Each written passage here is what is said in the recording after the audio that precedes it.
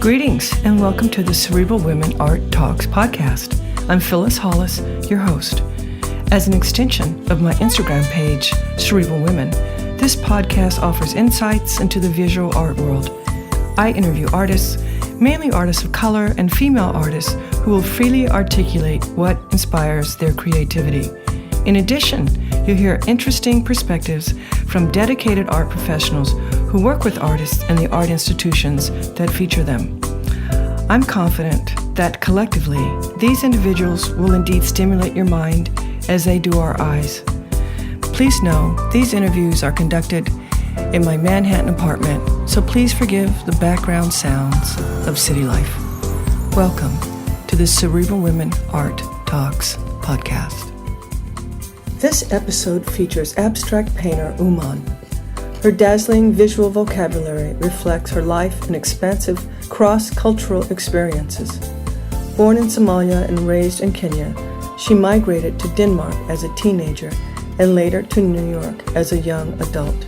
Now, with a home and studio in Upstate New York, Uman paints richly hued worlds, replete with gesture, geometry, and the sublime. Her work contemplates both the physical and spiritual, intertwining abstraction, figuration, meditative patterning, and a reverence for the natural world. Her work has been exhibited in the U.S. and abroad, including solo shows at Hauser & Wirth in London and Nicola Vassal in New York City, and several others. Group exhibitions include the Aga Khan Museum in Toronto, Canada, Institute of Contemporary Arts in London, and Karma in New York, to name a few.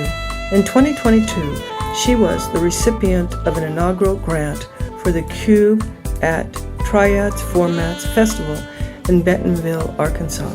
Enjoy this episode featuring Uman, and please visit cerebralwomen.com for her expanded bio. Uman, welcome to my podcast. I am so excited to feature you. Welcome. Thank you. Thank you for having me. When did you discover your artistic passion? I guess from childhood, from a very young age, I needed to always do something creative, and I had no idea where it would lead me to, and I kept working, and I guess I got very serious in my late 20s, early 30s, and discovered painting. Do you recall if there was a particular body of work or an artist that really influenced you early on? Yeah, absolutely. There's quite a few people that have influenced me, and I don't think I need to mention them, but I just realized, especially artists of the diaspora who were so successful and doing very well. And obviously I saw them as people who had opened this door and I could just walk right in. So let's talk about your practice, abstract painter versus figurative painter.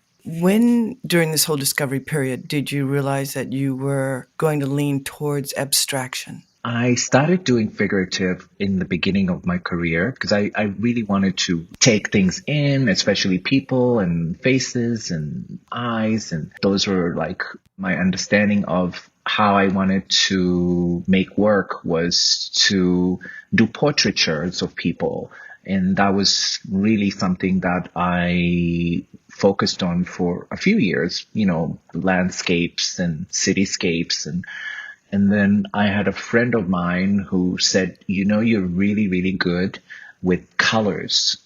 And why don't you just play with colors and go from there? And that's really how I discovered abstract and how I could just go and dig deep and just explore colors and emotions and put it all on the canvas.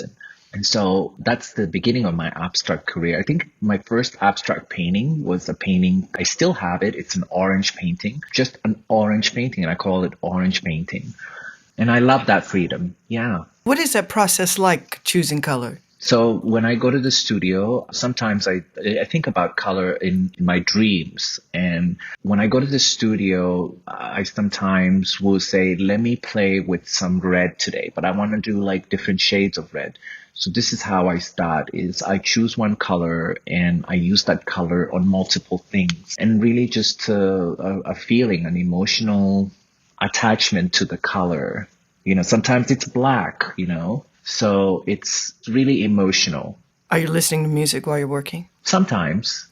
I also lately I love having silence. I think because it just requires me to not think about anything and go and just have this work, focus on the work versus having ups and downs. Music takes you out, from an emotional high to a low. And so I love playing music, but I also enjoy that working in silence. And what does your workspace look and feel like? It is very organized, very clean. I like order. I also love to be surrounded by paintings, whether it's works on paper. I have scrapbooks on the floor. I have paintings all around me. And I just like the idea of having many options because I get so bored. So I don't focus on one painting. I focus on 3 or 4 or 5, depending on the day. When do you know work is finished? Now I just have an instinct about it. It just feels good. I would compare it to like being a conductor or just playing music, and you feel like you compose something and there's the high and then the low and then the just perfect finish. And so this is how I feel about a finished painting. It feels like it sings to me. It's like perfect. And sometimes I need people to tell me that. Do you think about your audience while you're working? Sometimes I think about the audience. I think the audience are there to acknowledge you and help you realize what you're doing sometimes. And I like the reaction from the audience. And then sometimes I don't think about the audience. It makes me feel good or it makes me feel a certain way. So that's enough. And when do the titles of a work enter the creative process? It's the last thing on my mind. It's not my favorite thing to do, naming paintings. I just do it automatically when I'm asked to do it now, when I have a show or something. But it's never really something I think about so much. Because we give something a title, it's not really what the audience is not going to understand that title, so unless you're very literal about it, and I'm not. Sometimes you just give it a very random title. What do you enjoy most about your practice? Now I feel free. I feel the freedom of doing what I want to do, and I enjoy getting paid. I enjoy living my dreams. I enjoy getting up in the morning and thinking, wow, you really did this. You're actually making a living as an artist. I could never, ever imagine this in my 20s or 30s. So it really feels good. It really does. What are you excited about right now? I'm excited about the space I have been given. I've not finished art school. I've not graduated from art school. I'm outside of the art world. And here I am given this opportunity to make work, to have an audience.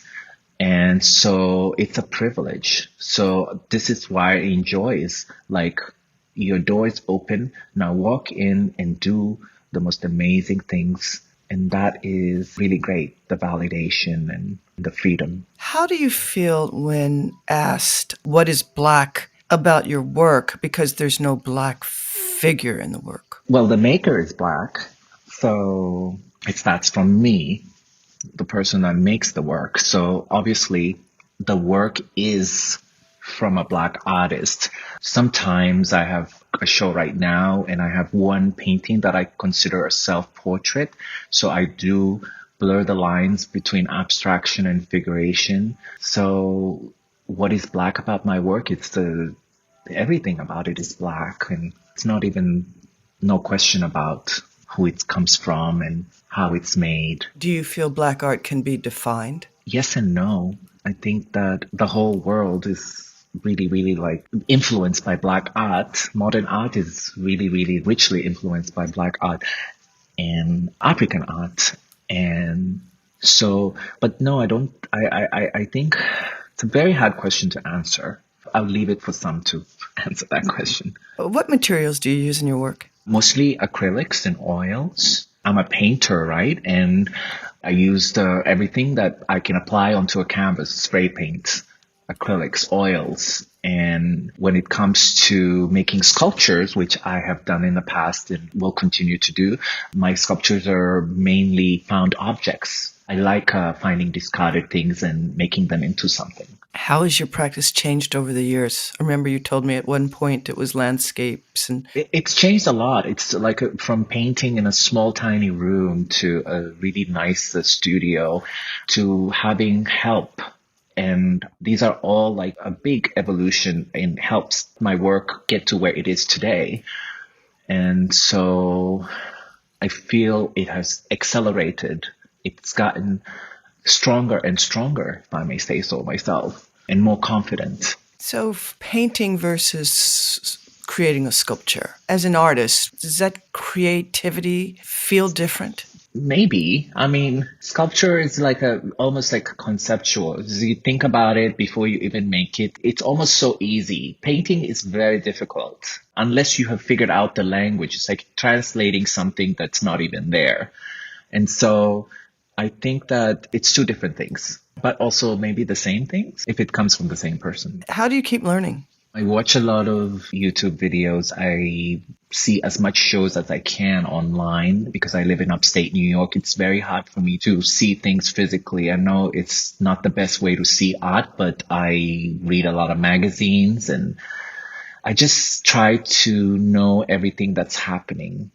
At one point, I was on social media. I loved that experience of just seeing people's work. This is my way of learning, is just to observe. I'm an observer. If you weren't a visual artist, what other career path do you think you would have chosen? I don't know. I think at this point, I don't even think I would be alive if I wasn't a visual artist. That's just a fact. It saved my life. It's made me a very, very strong person. So I can't think of any other life.